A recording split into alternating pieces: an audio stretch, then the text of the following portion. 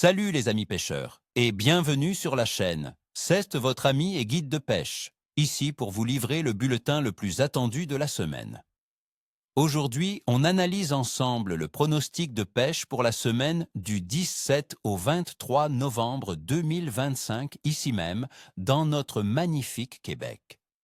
Alors, la grande question, est-ce qu'on range les cannes ou est-ce qu'on tente une dernière sortie mémorable avant que l'hiver ne verrouille nos lacs? Accrochez-vous, parce que cette semaine est tout sauf ordinaire. C'est une semaine de transition, une semaine de défis, mais aussi, potentiellement, une semaine de récompenses exceptionnelles pour ceux qui sauront écouter la nature. J'aille analyser les données météo, les phases de la Lune et le comportement de nos poissons préférés, et je peux vous dire qu'une fenêtre très spéciale va s'ouvrir. Restez avec moi, je vous dévoile tout. Cette semaine, amis pêcheurs, on se concentre sur deux guerriers des eaux froides qui n'ont pas peur de la chute du thermomètre, le doré et le grand brochet.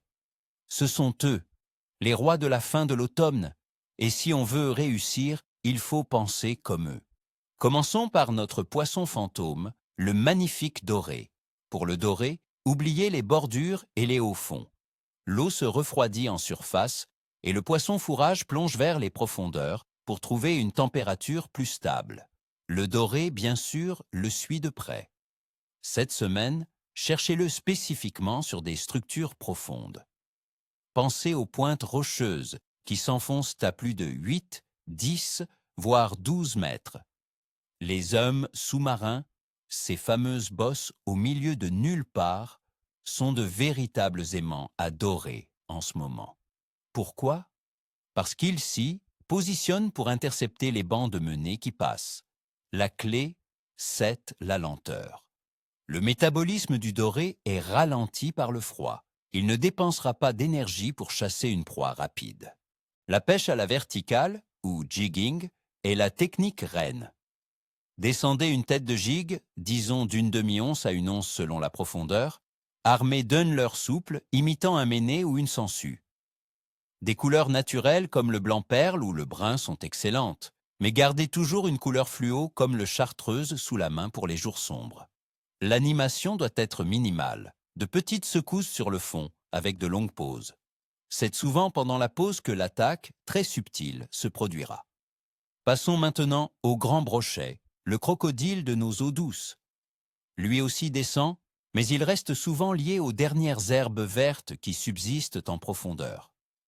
Cherchez les bordures de ces herbiers, là où ils rencontrent une cassure franche vers les profondeurs. Une falaise sous-marine à proximité d'une baie est un autre endroit de prédilection. Le brochet se postera en embuscade, attendant une proie facile. Pour le leurrer, il faut lui présenter une grosse bouchée qui bouge lentement. Oubliez les spinnerbaits rapides de l'été. Sortez les gros swimbaits, ces leurres souples de 6 à 8 pouces qui ondulent de façon très réaliste. Lancez-le, laissez-le couler près du fond et ramenez-le en linéaire. Très, très lentement. Une autre technique redoutable, surtout si le vent est calme, est la pêche au poisson mort manié ou sur un montage de type flotteur coulissant. Un gros cisco ou un meunier monté sur un bon harnais, suspendu à 1 ou 2 mètres du fond, peut décider un brochet trophée à attaquer. La patience ici n'est pas une vertu, c'est une nécessité. Maintenant, analysons les conditions qui vont dicter notre succès.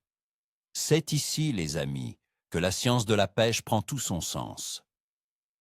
La météo pour la semaine du 17 au 23 novembre s'annonce typique d'une fin d'automne québécoise. On parle de températures de l'air qui vont osciller autour du point de congélation, avec des maximums de 2 ou 3 degrés Celsius le jour et des minimums de -3 ou -4 la nuit. Attendez-vous à des journées majoritairement nuageuses, ce qui est une excellente nouvelle pour la pêche au doré qui déteste la lumière vive.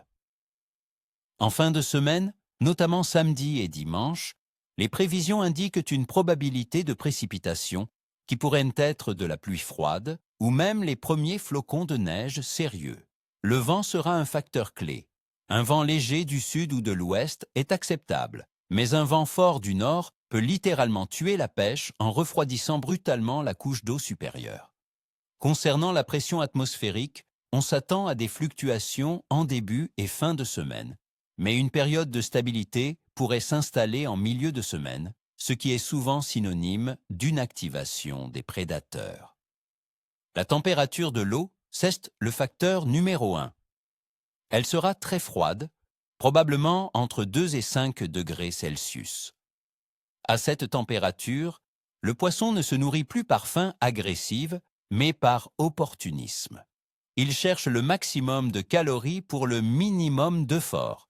C'est pour ça que nos présentations doivent être lentes et nos leurres bien visibles et réalistes.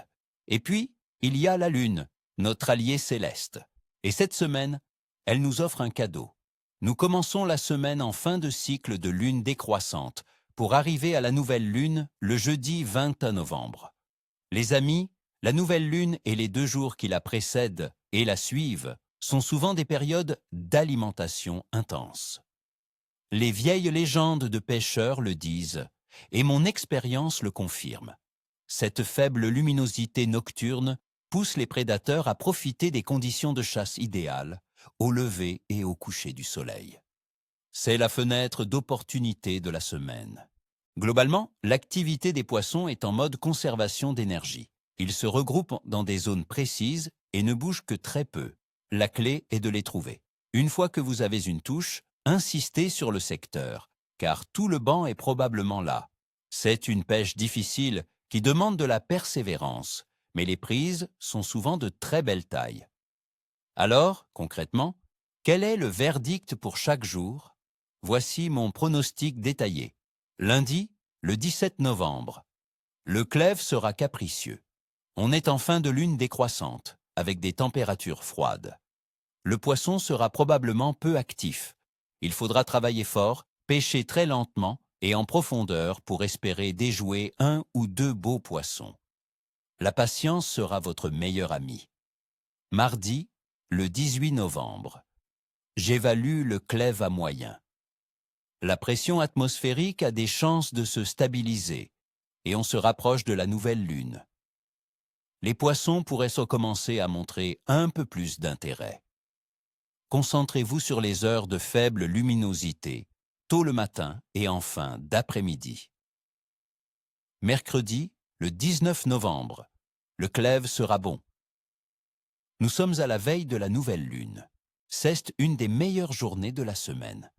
Les poissons sentiront le changement et devraient se mettre à table. Soyez sur l'eau aux premières lueurs. Vous pourriez avoir une très belle surprise. Jeudi, le 20 novembre.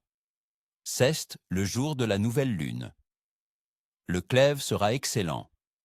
C'est sur papier le meilleur jour de la semaine. Si les vents restent calmes, les conditions seront optimales pour une fenêtre d'alimentation active. C'est le jour où il faut tout essayer, sortir ses meilleures leurres et rester concentré à chaque lancer. Vendredi, le 21 novembre, le clève restera bon. L'influence de la nouvelle lune est encore très présente. Le poisson devrait continuer à bien se nourrir. C'est une autre excellente journée pour être sur l'eau. Profitez-en au maximum avant le changement de temps du week-end. Samedi, le 22 novembre, le clève devient difficile. Les prévisions annoncent l'arrivée de précipitations, possiblement de la pluie froide ou de la neige, et une potentielle chute de pression. Ce changement brusque risque de rendre le poisson méfiant et de le clouer au fond. Il faudra être très technique et persévérant. Dimanche, le 23 novembre, le clève sera faible. Le système météo sera bien installé. Les conditions seront probablement inconfortables pour le pêcheur et pour le poisson. Une journée à privilégier pour l'entretien du matériel au chaud, à moins d'être un pêcheur vraiment, vraiment passionné et prêt à affronter les éléments pour une touche ou deux. Voilà, mes amis, le portrait complet pour cette semaine cruciale. C'est peut-être la dernière occasion de sentir la puissance d'un gros brochet ou la touche subtile d'un beau doré avant de passer en mode pêche sur glace. Alors, habillez-vous chaudement, soyez prudents sur l'eau et profitez de chaque instant. Je vous souhaite une pêche mémorable, ni queue, ni tête, comme on dit. N'oubliez pas de laisser un like si vous avez apprécié ce pronostic et surtout, abonnez-vous pour ne rien manquer. Dites-moi dans les commentaires quels sont vos plans pour cette fin de saison. Allez-vous tenter une dernière sortie? Partagez vos observations.